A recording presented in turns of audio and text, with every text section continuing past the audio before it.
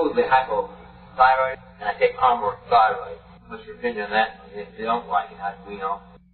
In other words, belonging, I'm still on thyroid and would like go to armor. So. Let's start with the first question, which is hypothyroid, is what you're telling. Hypothyroid is and will become one of the most popular diagnoses of the decade, and probably of the next several decades.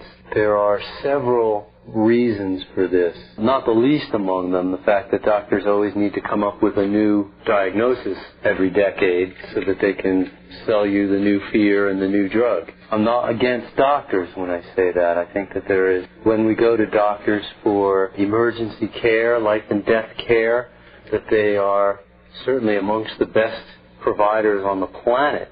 Western medicine do an incredible job in these type of emergencies. But the allopath who deals with all disease isn't our best source of information in attempting to create, augment, or otherwise regain health. Many features of the standard American diet drive various hormonal systems awry in the direction of hypothyroid. They can result in hypothyroid, or the symptoms of it, as opposed to you actually having a problem with the thyroid. It's like saying, I have headache, while the whole time you've been banging your head against the wall. Well, we understand you actually don't have headache in and of itself. You have the results of banging your head against the wall. The results of standard American diet, one of them is to give symptoms that are similar to a person who actually had a thyroid problem. By removing the cause of the problem, taking people off the standard American diet, putting them on the low-fat, raw vegan diet, we find in almost every situation that the hypothyroid situation clears itself without any issue. That, in fact, there are people with hormonal disorders. There are, for instance, heavy people who tell us it's their hormones, and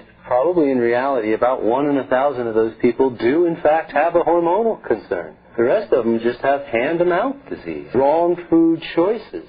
As far as weaning off, it's not appropriate for anyone other than the person who put you on the drugs or yourself to wean you off. There are certainly plenty of methods to do it. If it were me, I would do it gradually, knowing that the likelihood of any emergencies occurring from doing it less gradually are next to nil. This isn't one of the drugs that you have to say, well, I have to go incredibly slowly with this. And as far as the actual mechanics of how to do it, what I normally recommend is taking half as much of the drug twice as often. So you initially lower the dosage.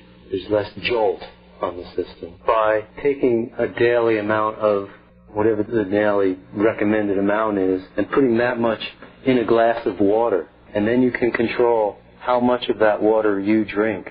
Does it take you 36 hours to drink the whole thing? Does it take you 30? Does it take you 48? You can control the dosage totally. Whereas when it's in pill or tablet or that type of form, it's really hard to control the dosage. Once you dilute it into water, you've got complete control, and you can say, well, I want to take little doses often, or I want to take 2 days worth but spread it out over 3 days. I want to take 5 days worth but spread it out over a week. You can keep playing with it. The thing is, buried treasure is 28 feet down, and I show you where to dig. You can't start spending after having dug for a week or dug for 7 feet. You have to get all the way down there. In other words, you plant corn, you don't get to eat corn the next day. The same thing can be said for healthful living, raw food diet. You make dietary awareness, you don't yet get to reap the harvest. Putting the action behind the awareness only initiates the process of beginning to reap the harvest. Some of these changes that happen in our physiology take a bit longer.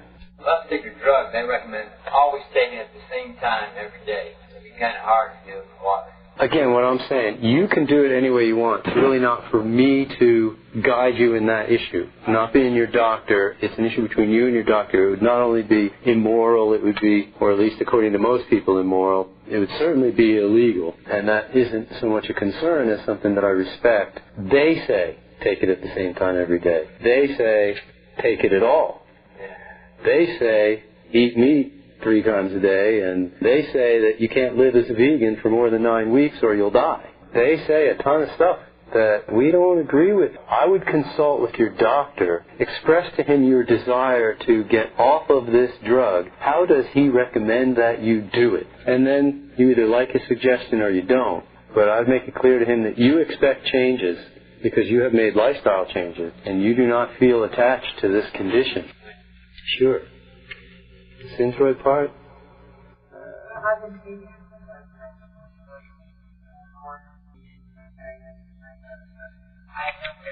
I went off of it totally. So I'm really sort of afraid to. I'm not taking any other medications. The only one I'm taking. The question is about synthroid, apparent thyroid problems that are obvious to the point of goiter, and at this point, even then, the ability for you to experiment is available without making direct doctor-patient thing, because it's not where we sit. But you are always entitled to experiment with your own body, and you can play with the dosages in small degree, gradual things that will not be the same drastic swings that you would get from just saying, okay, I'm going to stop taking this. Obviously, just stop taking it and you will notice profound things. You can get in trouble and it becomes hard to stabilize again. But gradual, you can see exactly what's going on. A 10% reduction should make literally no difference, no discernible difference. And a month later, if it makes no discernible difference, another 10% reduction will probably again make no discernible difference. We're talking direction, not speed. You got to remember, even with the blood work, that blood work is based on standard American diet norms.